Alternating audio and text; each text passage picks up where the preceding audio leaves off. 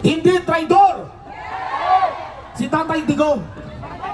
At ang isa sa makapagpapatotoo niyan ay ang kanyang spiritual advisor at matalik na kaibigan, walang iba kundi si Pastor Apollo C. Kibuloy. At para lubos pa nating maunawaan ang kanilang relasyon at kung paano sila nagtulungan para sa bansang Pilipinas, ating pong tawagin ang kinatawan po ng Kingdom of Jesus Christ, si Sister Eleanor Cardona. Magandang hapon sa lahat ng nagmamahal kay Tatay Digong dito sa Liwasang Bonifacio. Woo! At sa lahat ng nagmamahal kay Tatay Digong sa buong Pilipinas na nakikipag-isa sa atin sa hapong ito. Una sa lahat, nagpapasalamat ako sa pagkakataong ito na makibahagi ng kwento kung paano naging magkaibigan si Pastor Apollo C. Kibuloy at si Tatay Digong. Kumbaga, this is a friendship that is forged in fire. Pagkakaibigang nabuo sa apoy. Bakit? 4 na dekada silang magkasama. Nagkita sila, nagkakakilala sila, ng prosecutor pa lang si Tatay Digong in the 80s sa Davao City. They are two ordinary people who work together in dangerous environment. And through the years, they develop a strong friendship forged in fire. The friends who support each other through difficult illness and situation. Bakit masasabi natin doon na buo ang kanilang pagkakaibigan? Sa kalagitnaan ng apoy, kapagsubukan, kahirapan, kahit kamatayan. Noong 1980s, ang Davao City ay naging laboratory ng CPP, NPA, NDF. Napakagulo. Yung Agdao, kung saan nandoon ang chapel pastor, ay tinawag na Nicaragdao. Araw-araw nagtutumbahan ang mga pulis sa daan. Kasi may mga Sparrow units ang mga CPP, NPA, NPF, NPA pa noon. Ganun ang sitwasyon ng Davao. Itatawag din na Nicaragua, Nicaragdao at Mahanagua. Magulo. Walang gustong titira sa Davao City. Dahil takot. May takot. Kahit sa kapilya ni Pastor, may mga pumupunta doon at tinatakot ang mga misyonaryo. Ilalagay ang 45 sa harapan at pinapapili. Baril o Biblia. Ganun ang Davao. Tumakbo si Mayor bilang Vice Mayor at muli siyang dumalaw sa pananambahan ng Jesus Christ.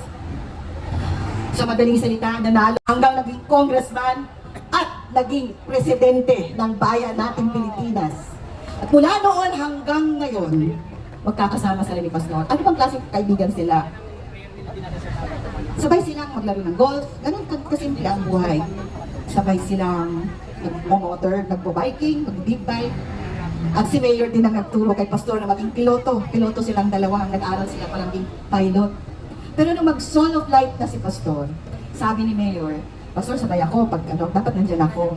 Pero hindi talaga dumating yung panahon na yun. Hindi nakapag-Soul of Light si Pastor hanggang ngayon. Kasi sabi ni Mayor, Pastor, delikado pag mag-solo flight ka na magpiloto sa aeroplano. Pag bumagsak yun, patay ako sa milyon-milyong members ng kingdom. Hindi nila ako mapapatawad kung mawawala ang pastor nila. So ganun sila magkakasama. Sa Davao City, sinabi ko nang magulo. Pero habang umuunlad ang Davao City, umuusbong din ang gawain ng Jesus Christ. Kambal sila. Magkaiba man ang landas, magkaiba man ang kanilang ginagawa, magkaiba man ang misyon nila sa buhay.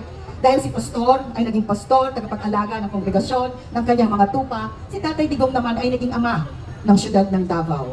Umunlad at lumago ang Kingdom of Jesus Christ, kasabay ng pag-unlad at paglago ng Davao City. And through it all, magkasama sila. Alam natin kung paano siya naging taxi driver para malaman niya na talagang ligtas ang lahat ng mamayan tuwing gabi.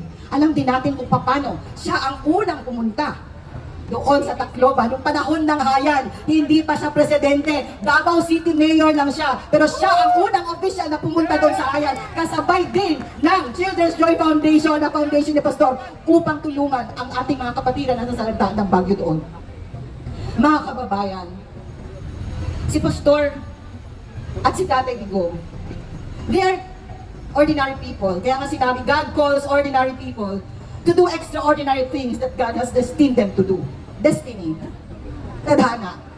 Tinadhana na silang dalawa na maghalos magkakambal ang kanilang misyon sa buhay. Si Pastor, tagapangalaga sa spiritual, nagbabago ng mga tao na tunay na pagbabago mula sa puso. Si Digong din ang nag-aalaga sa mamamayan, una sa Davao City, At alam ko, na-experience natin yan dito sa buong Pilipinas. Nagpapasalamat tayo dahil may isang Rodrigo Duterte na tumayo laban sa terorismo na una doon sa Davao. At nung nangyaring ang naging presidente siya, nilabanan din niya ang terorismo, katulad din ni Pastor, na inilaan niya ang laban kasama ang bayan upang masugpo ang insurhensya na nagpapahirap sa ating bayan. Merong isa nakipaglaban, ang ating presidente, at ganun din si Pastor. Nakipaglaban ba siya sa droga? Alam natin kung paano siya tumayo, paano siya nanindigan sa katotohanan. Sa Davao City pa man hanggang ngayon, kung ano yung bahay na tinitirahan ni Tatay Digong, nung mayor pa siya, hanggang naging presidente siya. Pareho lang ba ang bahay niya? Yes! Nakatira ba siya sa parehong bahay pa rin? Yes! 30 years na, nire-repair lang niya. Si Pastor, kahit lumago ang Kingdom of Jesus Christ, walang ni isa mang ari, pareho silang hindi bumigay sa pera, hindi nababayaran ang kanilang paglilingkod at serbisyo sa bayan. Totoo sila na talagang tutunay na nagmamahal sa bayang Pilipinas. Si Tatay, noong may panahon na tinalikuran siya ng iba niyang mga kasamahan. Si Pastor, nilapitan niya, at tunay nga, kahit iniwan siya, nung tumatakbo siyang mayor or congressman, pero nung pumunta siya sa Kingdom of Jesus Christ, sinabi ni Pastor, Mayor, susuportahan ka namin. Anong nangyari? Lahat ng members tumulong, lahat ng members lumakad, lahat talaga ng Kingdom of Jesus Christ sumuporta. Kaya landslide win pa rin si Tatay. Walang makakatalo dahil alam natin kung anong klaseng pamumuno meron si Tatay Digong. Katulad ng twin bombing sa Davao City noong 2003 sa pier at sa airport, kaya naitatag ang Task Force Davao. Unang-unang pinakilala ni Tatay ang mga miligo. Inintroduce niya yung Task Force Davao. Binuksan ng Kingdom of Jesus Christ ang compound namin para masuportahan ang Task Force. At ang mga leaders ng Kingdom of Jesus Christ, pinasanay ni Pastor, nag-training sila ng basic military training para maramdaman namin kung ano ang buhay ng military, kung ano ang buhay ng sundalo. Gusto ni Pastor na madamati namin kung paano ipagtanggol ang ating bansa. Pareho sila nakatagtatanggol sa ating bayan.